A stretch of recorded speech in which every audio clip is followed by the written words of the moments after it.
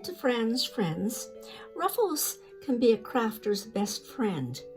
It gives your projects texture and some extra flair to your project. It can really make a difference on the outcome of being able to mold and give your project some body. So there's lots of things you can do to ruffle, lots of materials that you can use.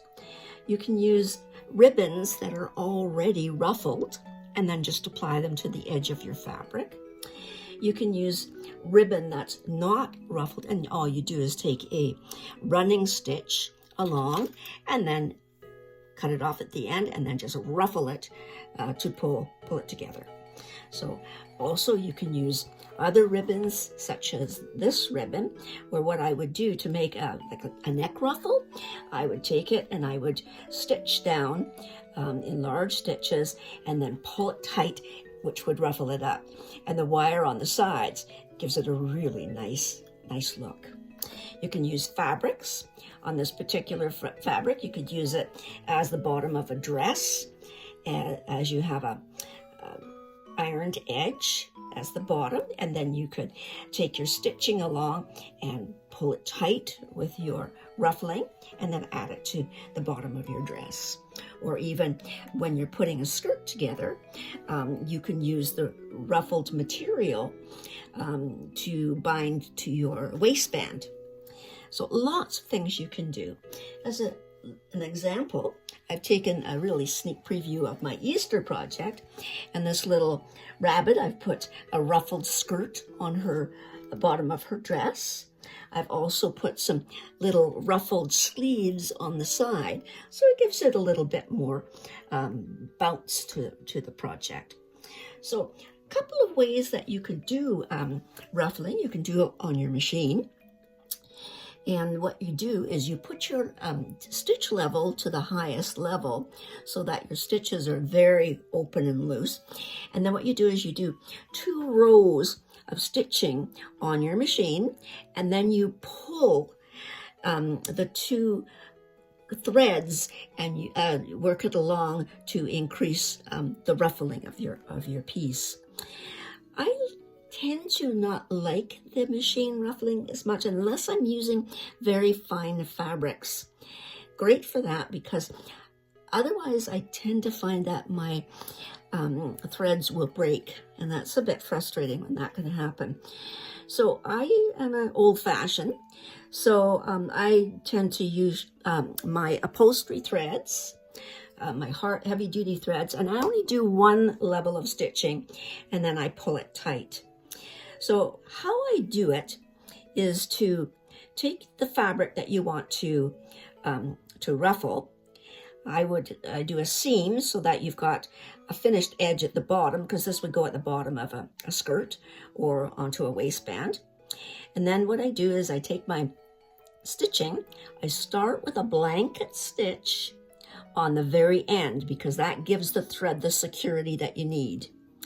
Then what I do is I take my needle and I just work through the fabric with a running stitch all the way along the level of the piece that you're working on, of what you want for your project. Then what I do is I'll take, in order to get it to be even, and your ruffles aren't just all at one end or all in the middle, what I do is I take the flat piece of the fabric and I divide it in half. And then I put a marking on the very center of that piece.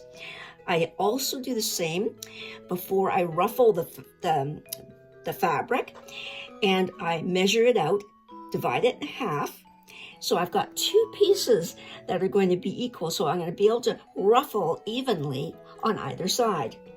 So I'll put a pin in on where it's right smack dab in the middle. And then I'll also put a pin in where I want it to finish. And then I always leave a little bit extra fabric so I can either turn it under or even right under this way. And then I've got something to work with to finish off the project. Then what I do is I'll do it on the same, where I want my ruffle to finish. So we've got the evenness throughout the entire piece. Then I'll take my thread and I just pull it. And that way you're getting your ruffle. And then what you do, make sure that your say for instance, the band is straight. And then just start working with your pins evenly, putting little pins in to make the folds. And that works quite nicely, and it is much more even. Now on this particular piece, this piece of fabric should have been right up to the top, as I've done on this one. So you work along, play with it. It does take some time to be able to get those stitches or those little ruffles all fit in evenly. Then what I then do is take it to my machine. Very slowly, I do leave the pins in, and very slowly I will stitch along, say 1/4 of an inch or whatever you want your hem to be. And then I slowly work along, taking the pins out as I go, because I don't want it to damage my machine.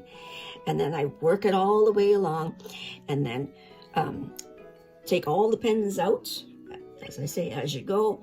And then you'll have a piece that is nicely ruffled all the way along. Take it to your project and apply. Great for skirts. It's great for, as I say, around necks. It really can enhance your project quite effectively.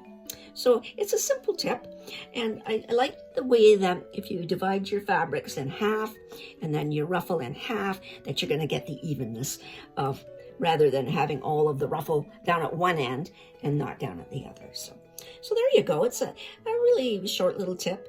And as I say, I use my upholstery thread and draw it, and then it gives you lots of ways that you can use different things. As I say, I could have actually put a ruffle around my rabbit's neck if the head was up a little bit higher, or even I could have put some piping along the edge here. So lots and lots of things you can do to enhance your perfect projects. So again, thanks for watching.